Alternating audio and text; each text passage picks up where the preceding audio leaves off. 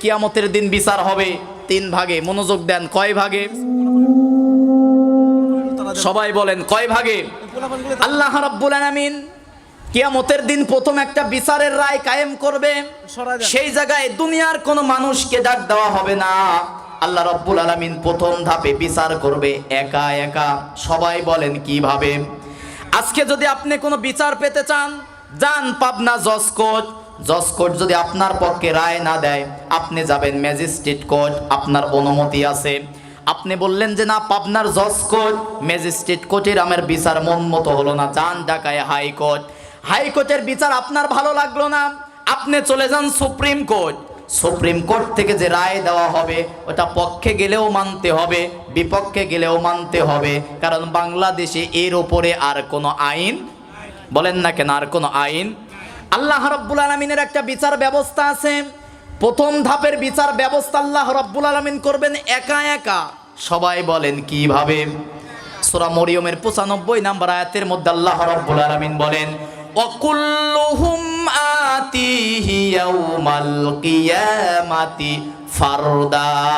আমার সামনে দাঁড়াতে হবে একা একা, সেফ একা। কিভাবে?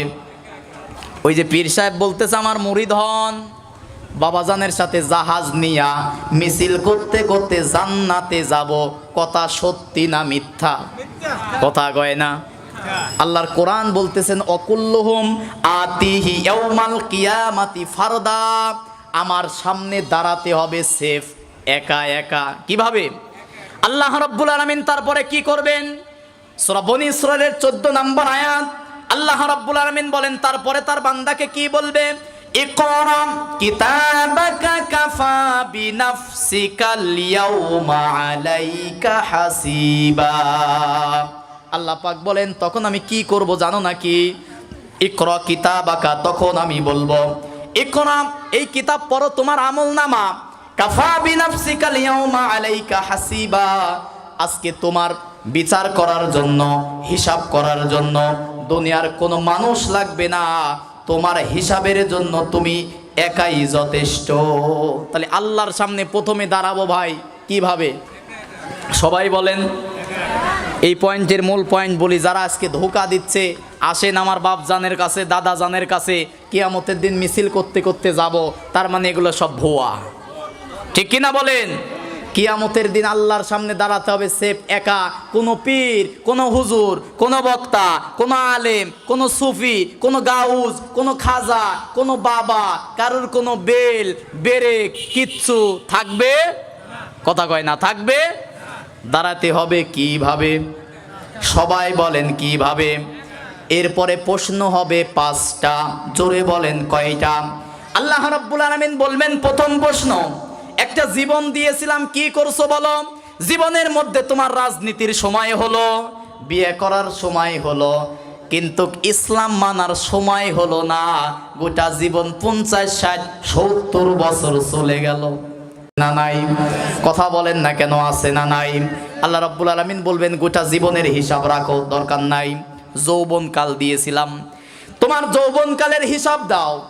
এরপরে যখন যৌবনকালের হিসাব শেষ হয়ে যাবে, বলবে তুমি যে অর্থ করি ধন সম্পদ কিভাবে কামাই করেছো বলো, হিসাব দেওয়া লাগবে।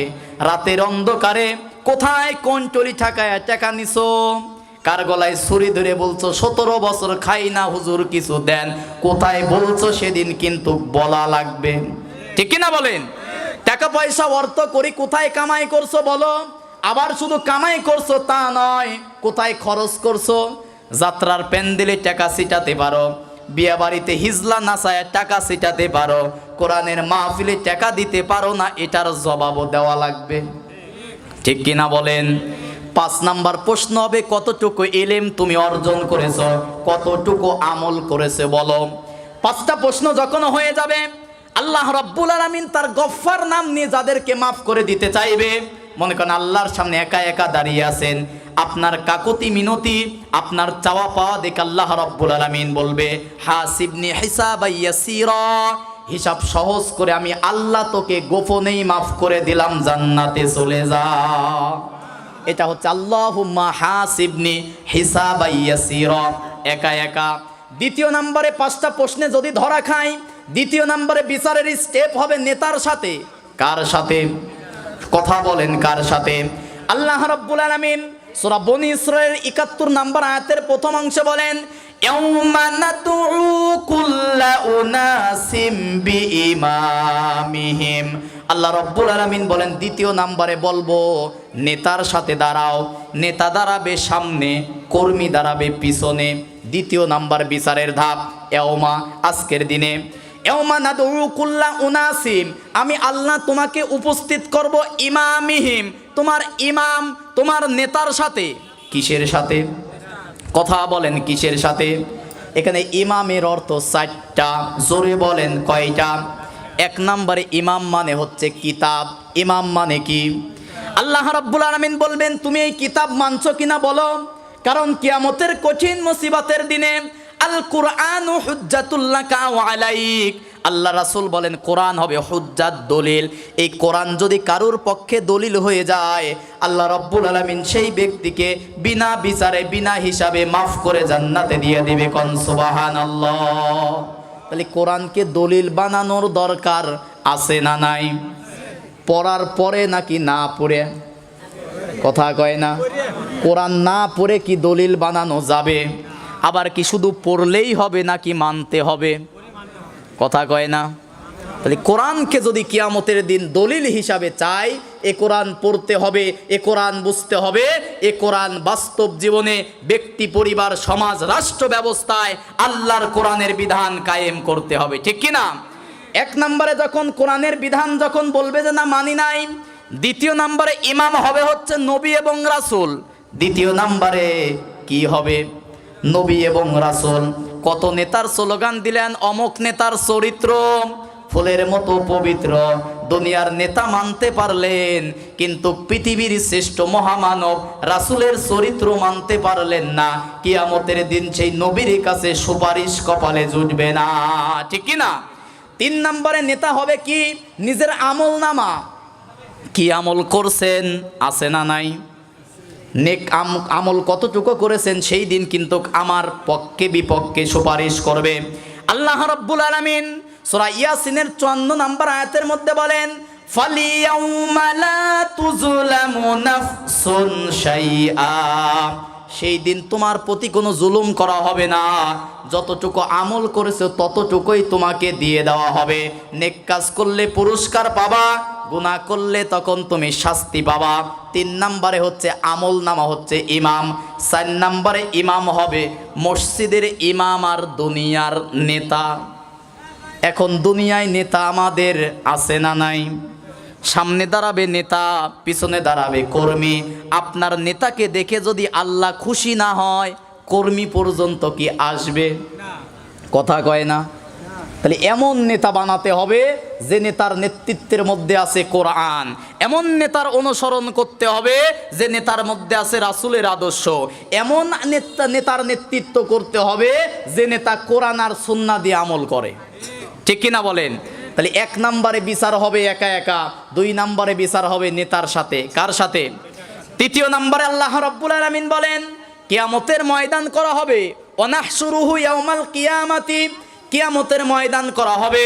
কিয়ামতের ময়দান করে সেখানে দল হবে আবার 73টা। জোরে বলেন কয়টা? ব্যাপক আলোচনা। আমার নবীর উম্মতের মধ্যে দল হবে 80টা, অন্য নবীদের রাস্তা হবে 40টা। আমার নবীর মধ্যে 80টার মধ্যে আবার হবে 73টা। 73টার মধ্যে 72টা যাবে জাহান্নামে, একটা দল যাবে জান্নাতে। কয়টা? সাহাবীরা জিজ্ঞাসা করলেন এই একটা দল কারা? আল্লাহ রাসূল সাল্লাল্লাহু আলাইহি ওয়াসাল্লাম বললেন ওই দিন যে একটা দল জান্নাতে যাবে সেই দল রাসূলিহি ও আসহাবিহি, আমি রাসূল এবং আমার সাহাবীদের দেখানো পথ তথা কোরআন আর ইসলামের পথ অনুসরণ করবে যারা, আল্লাহর জান্নাতে যাবে তারা। সুবহানাল্লাহ কন। তাহলে সেই একটা দল কোন দল? কথা কয় না? কোরআনের দল। কোরআনের পক্ষে থাকার দরকার আছে না নাই? আবার সূরা ওয়াকিয়ার মধ্যে যান, ওই এক দলের মধ্যে আবার দল হবে 3টা। জোরে বলেন কয়টা? একটা যাবে আসহাবুল ইয়ামিন, ডানপন্থী, যাদের ঈমান আছে, আমল আছে।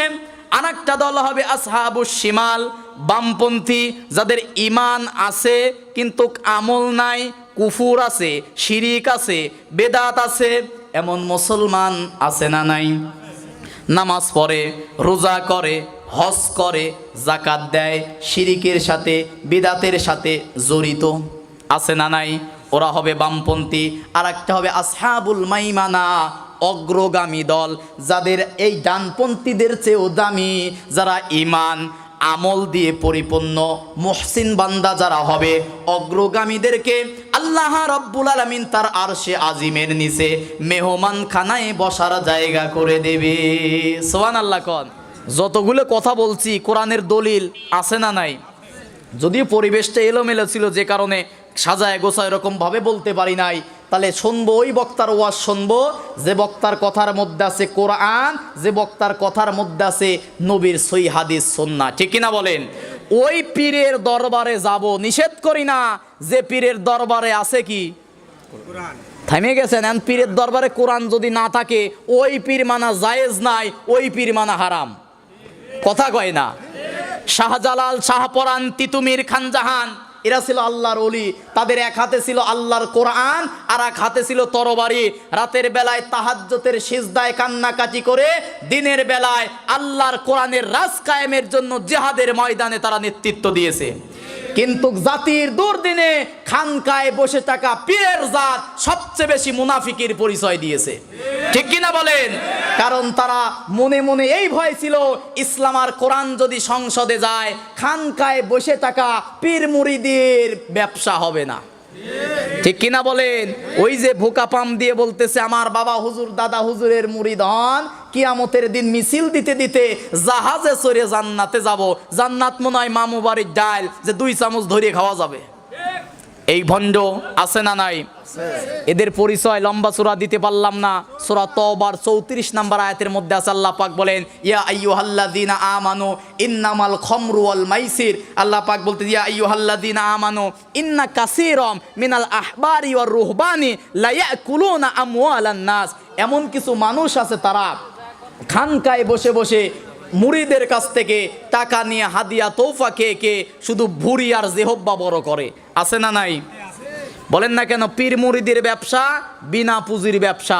যদি 10,000 মুরিদ থাকে, মাসে যদি 1 টাকা করে দেয়, মোটামুটি 10,000 টাকা পাওয়া যায়, ঠিক কিনা বলেন? এই জাতির দুর্দিনে সবচেয়ে বেশি ক্ষতি করেছে খানকায় বসে থাকা পীর। এখন তাহলে আমরা আমাদের একমাত্র পীর হবে মুহাম্মদ সাল্লাল্লাহু, বলেন না কেন? মানে পীর মানে আদর্শ, উস্তাদ, গুরু, শিক্ষক, মতাদর্শ। আমাদের একমাত্র আদর্শ হবে মুহাম্মদ সাল্লাল্লাহু। সূরা আহজাব 21 নম্বর আয়াত আল্লাহ পাক বলেন লাকাদ কানা লাকুম ফি রাসূলিল্লাহি উসওয়াতুন হাসানা। একমাত্র শ্রেষ্ঠ উত্তম আদর্শ হচ্ছে মুহাম্মদ সাল্লাল্লাহু আলাইহি। সেই নবীর আদর্শ এই জায়গায় শিক্ষা দেওয়া হবে, সেই নবীর কোরআন, সেই নবীর শিক্ষা এখানে দেওয়া হবে। তাহলে সাথে থাকার দরকার আছে না নাই? অনেক সময় শুধু টাকা দিয়েও হবে না, অনেক সময় আপনি টাকা দিলেন হবে না, পাশে থাকার দরকার আছে না নাই? তার মানে এই দ্বীনি প্রতিষ্ঠানগুলো বেশি হলেও তো ক্ষতি নাই। মসজিদ মাদ্রাসা বেশি হওয়া কি ক্ষতি নাকি? বলেন না কেন ক্ষতি নাকি? ওই যে দেখেন নাই দ্বীন ইসলামের বিরুদ্ধে চক্রান্ত ষড়যন্ত্র যত করতেছে, এক একটা গ্রামে আগে ছিল একটা, এখন 2-3টা করে মাদ্রাসা হচ্ছে। আলহামদুলিল্লাহ কন। তোমরা চক্রান্ত আর ষড়যন্ত্র করবা, আর আল্লাহর কোরআন শিক্ষার মাদ্রাসা হাজার হাজার এই দেশে চালু হয়ে যাবে, ঠিক কিনা বলেন? তাহলে এই প্রতিষ্ঠানগুলো জিন্দা থাক, বুদ্ধি দিয়ে, পরামর্শ দিয়ে, পাশে থেকে, অর্থ দিয়ে, শ্রম দিয়ে সাহায্য করার দরকার আছে না নাই? বলেন, সাহায্য করার দরকার আছে না নাই?